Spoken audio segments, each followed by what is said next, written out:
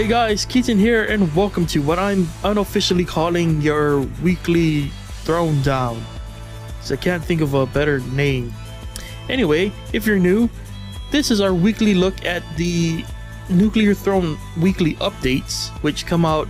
It seems they're gonna be coming out every Saturday now, which is good that they've been consistent. And yeah.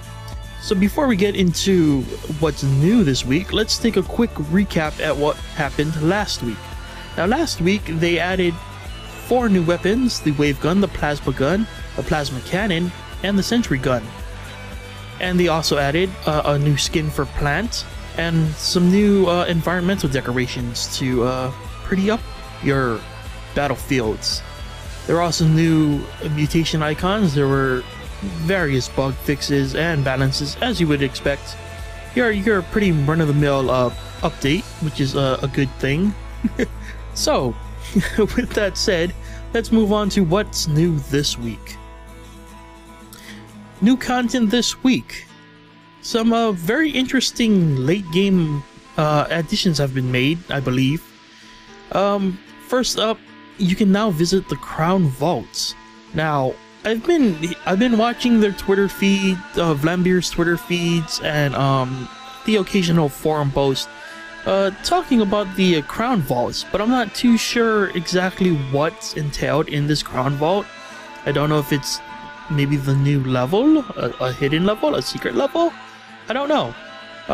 Unfortunately, I have never come across this because I barely make it past World 3. Well, I think World 3 is the max, but I've never looped, as they so call it. The kids call it these days. So yeah, I guess if you're good enough, you probably know what the Crown Vault is. If not, if you're good enough to make it past World 3, I'm guessing the Crown Vault is after that. So yeah, check that out if applicable. Okay, next, there's a cool new mutation that's been added called Impact Wrists. Now, I've had this on a couple runs, and it is probably the most hilarious and fun mutation I've come across from a visual standpoint.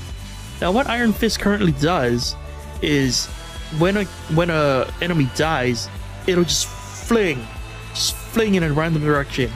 And not only would it fling in a random direction, it will bounce off walls for a while and just hit anything in its path and actually do damage, which is amazing for levels like the sewers, because there are so many rats down there with that whole ricochet effect and damage effect.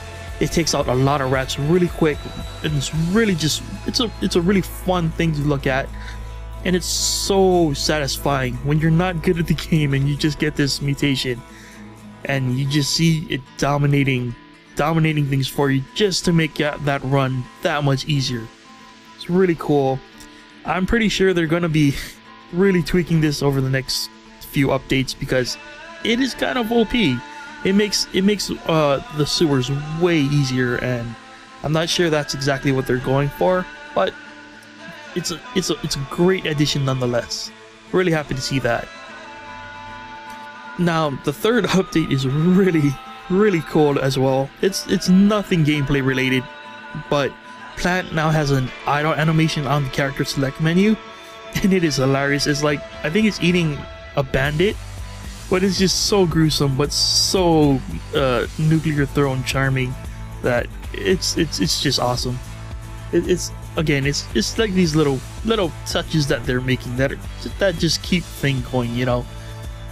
Now the next update is actually what this update is named after, the I.D.P. Now the I.D.P. stands for the Interdimensional Police Department? Yes, Interdimensional Police Department. Now, the way I understand it is the I.D.P.D. will start showing up in World 3, and I'm assuming the Crown Vaults and whatever comes afterwards. It's a late game addition. And essentially what it is these little bandit guys with I guess it's a police hat. I don't know. I have some footage of it, but not really sure what they look like, because the first time and only time I've seen them show up in my run, I immediately killed them because I had no idea what they were. But yeah, they're these little bandit-ish looking things, I think. that sort of phase into your world and try to kill you. On top of, you know, birds that can fly and snipers and exploding cars and everything. Let's just throw in the Interdimensional Police Department to make it that much more difficult. But from what I've experienced so far, they're not that difficult. They don't seem to off-balance things too much. They're just another enemy that sort of just shoves their way into your view, and you just dispatch them like you would any other enemy. So I'm interested to see where it goes from here, but it's always nice to see new enemy types and something fresh to your experience. Now, this is something I'm not sure I actually caught footage of. I'm pretty sure it was because I don't remember these things being there any time prior. But it seems Vlambeer have added mysterious statues to the game. And these mysterious statues seem to come in World 3 and later, I guess. Again, I'm not too sure where these show up, but I've only seen them come up in late game. Now, I'm not sure what they do. The only mysterious statue I could see was surrounded by birds, and I think it was fire or something. It looked really dangerous. I didn't want to go near it.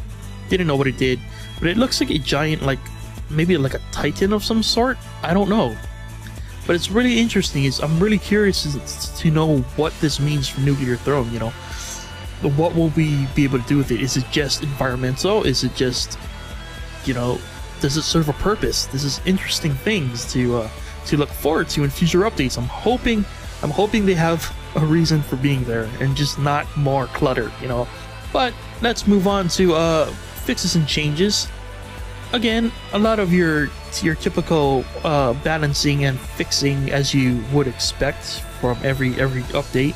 A couple miscellaneous bug fixes, sound effect additions, graphical tweaks, all of that good stuff. The Splinter Gun's fire rate was decreased. They didn't give a percentage, but if you're a Splinter Gun user, you'll probably be able to pick that up. Plant Snare will now pretty much kill anything with less than 50% health left. A lot of cool things happening with eyes now, with this telekinesis. It will now attract, not only will it attract, you know, your typical bad guys, which in gathering footage for this has been pretty cool because I've never really used eyes, and I found that with eyes, the telekinesis plus a strong melee build, pretty damn awesome. All those, especially those enemies that like to just stay just out of your reach, you know. Anyway, yes.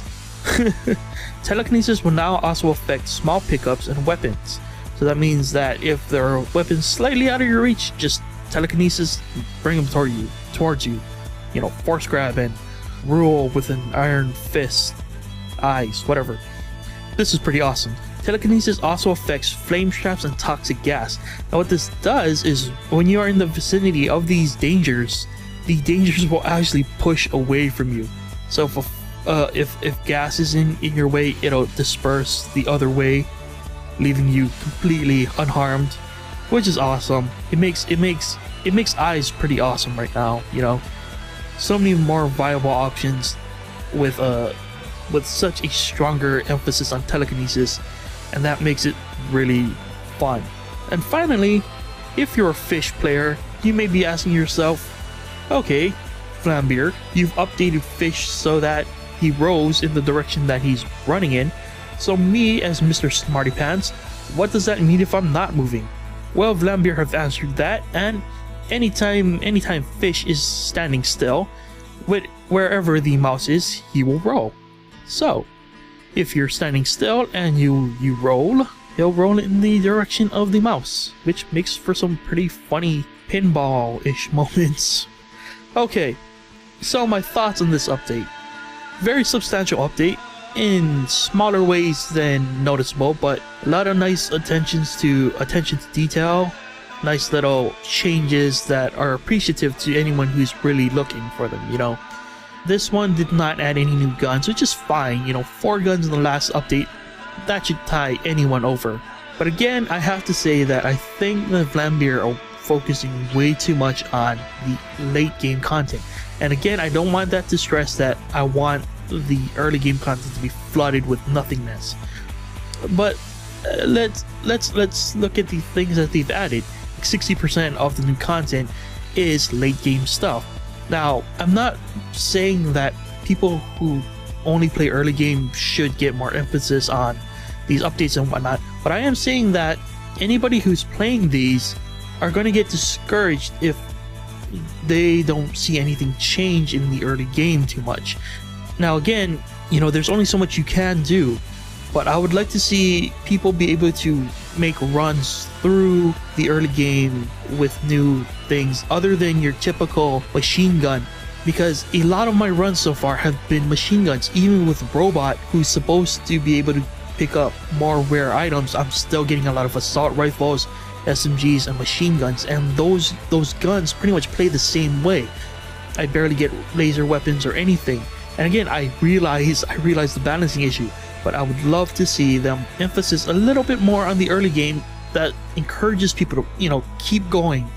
I would love to see a little more flair to encourage people to keep going. Again, I strongly compare it to Binding of Isaac, which has that very continuous feeling where you want to keep going because you know that even if you're not good, sometimes you'll get a break. You'll see something completely new, completely different, something that benefits you in some sort of way, you know. But again, this is very early. I'm sure there's more to come. I understand why they're going late game, because they're continuously building up and trying to see where they can go from here. But it feels like the first 4 levels, I would say, from 1-1 to 1-3, and the sewer levels, they're becoming very stagnant. Nothing is really changing about them, and I feel like people are gonna be turned off by that. I'm just saying that I would love to see some earlier content show up. Like, I would love to see the I.D.P.D show up. Again, they didn't seem that intimidating when I ran into them. They seemed very weak. They seemed pretty much on the bandit level of HP and aggressiveness, and I pretty much one-shotted them. So if that's the case, I think the I.D.P.D could show up earlier in the game as just something like, whoa, what was that? I want to see that again, you know? That wow factor of seeing something new earlier on in the game, even if it's rare, you know. But again, I could only see the I.D.P in the later levels. Same goes with the mysterious statues. Now again, I don't know the emphasis on the mysterious statues, but it would be nice to see some of these visual flares earlier on in the game, like a mysterious statue in the desert.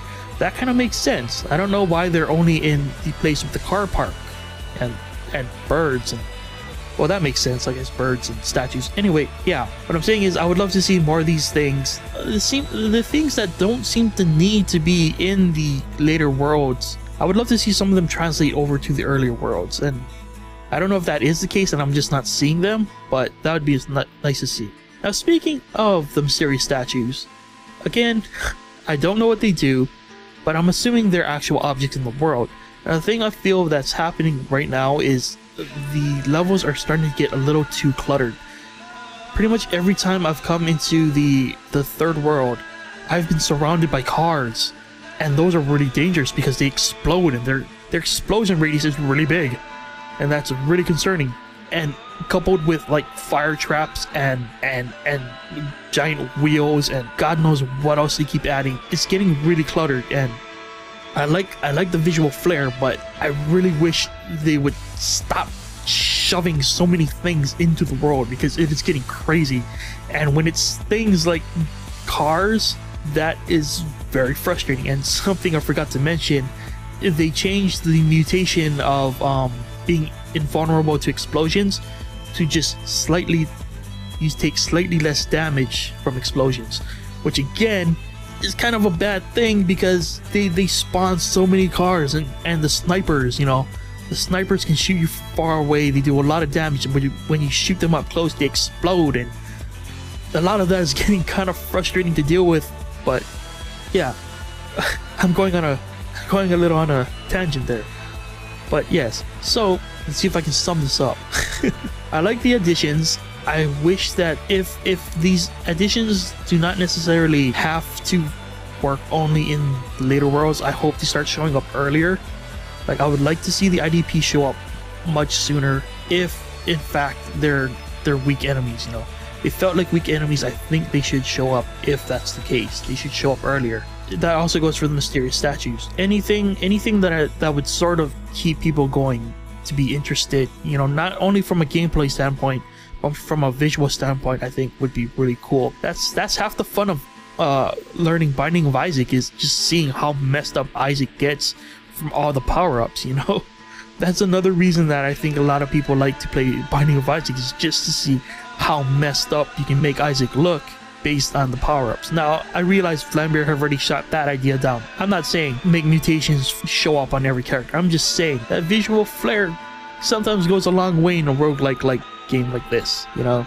It's a visual encouragement to keep playing, I guess is what I'm saying. But yeah, other than that, they're doing a good job. Again, I can't really comment on the balancing because I'm pretty much just getting assault rifles and SMGs my runs, so I really can't comment on any of those balancing things. I can't really say much about that, but I can tell you that I have not run into many bugs, if any. I think they've pretty much sorted out a lot of the bugs I was running into. Apparently some people are still having like display issues and crashing, and I have no idea what that relates to. Maybe I think they're having issues with Windows 8, but that's a thing. Anyway, I think I've been rambling way too much in the recap here, so I'm gonna go ahead and wrap this up. That was a look at update number 4, the I.D.P.D update. Now, if this interests you, if you would like to try it yourself, you can check it out in the link in the description below, and it'll take you to their Steam Early Access page where you can pick this up. And if you're free every Tuesday and Thursday, Vlambeer live stream the development of this game, and you can chat with them, you can offer them suggestions. And yeah, I just want to give a quick shout out to the people who have given me feedback on this format.